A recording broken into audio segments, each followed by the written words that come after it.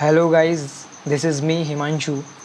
और भारतीय न्याय संहिता जो कि इंडियन पीनल कोड की जगह 1 जुलाई 2024 को ले चुका है।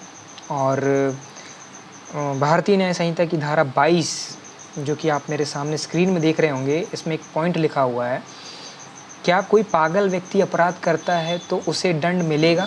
तो आज हम चर्चा करेंगे धारा 22 क्या कहती है। धारा 22 भारतीय न्याय संहिता की जो सामान्य अपवाद हैं, जनरल एक्सेप्शंस हैं, उसके अंतर्गत आता है। साधारण अपवाद, सामान्य अपवाद का मतलब ये है कि जब कोई व्यक्ति क्राइम करता है तो वो कृत्य जो है उसका आपराधिक तो होता है, लेकिन वो इस सामान्य अपवाद के अंतर्गत अगर आता है तो वो कार्य जो होगा वो आपराधिक नहीं होगा। तो आज हम देखेंगे कि भारतीय न्याय संहिता की धारा 22 क्या कहती है कि अगर कोई विकृतचित व्यक्ति कोई आपराधिक कृत्य करता है तो उसे क्या दंड मिलेगा या उसे बचाव मिलेगा। तो देखते हैं धारा 22 क्या कहती है। धारा 22 ये कहती है कि अस्वस्थ दिमाग वाले व्यक्तियों द्वारा अपराध। धारा 22 के अनुसार कोई कार्य अपराध नहीं है यदि वह किसी ऐसे व्यक्ति द्वारा किया जाता है जो कार्य करने के समय कार्य की प्रकृति को समझने में असमर्थ था, या यह कि यह गलत था, या मानसिक अस्वस्थता के कारण कानून के विपरीत था।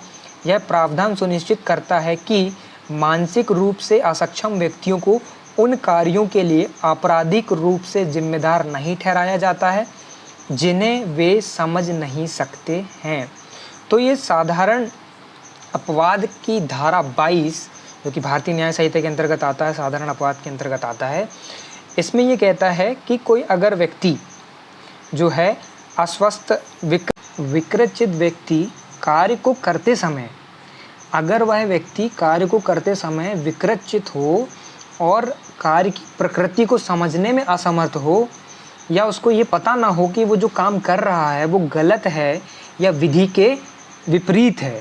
तो इसके लिए मैंने कुछ अपने ये जो हैं नोट्स बनाए हैं, हैंड रिटन नोट। 3 एलिमेंट्स हैं इसके, जो कि आप देखेंगे धारा 22 के 3 एलिमेंट्स हैं। पहला एलिमेंट है, पहला तत्व है जो ये कहता है कि कार्य करते समय, मतलब कोई भी व्यक्ति अगर जब वह कार्य कर रहा है उस समय चिकित्सीय पागल मतलब मेडिकली अनफिट हो, मेडिकली वो मेडिकली इनसेन हो, अनसाउंड माइंड का पर्सन हो।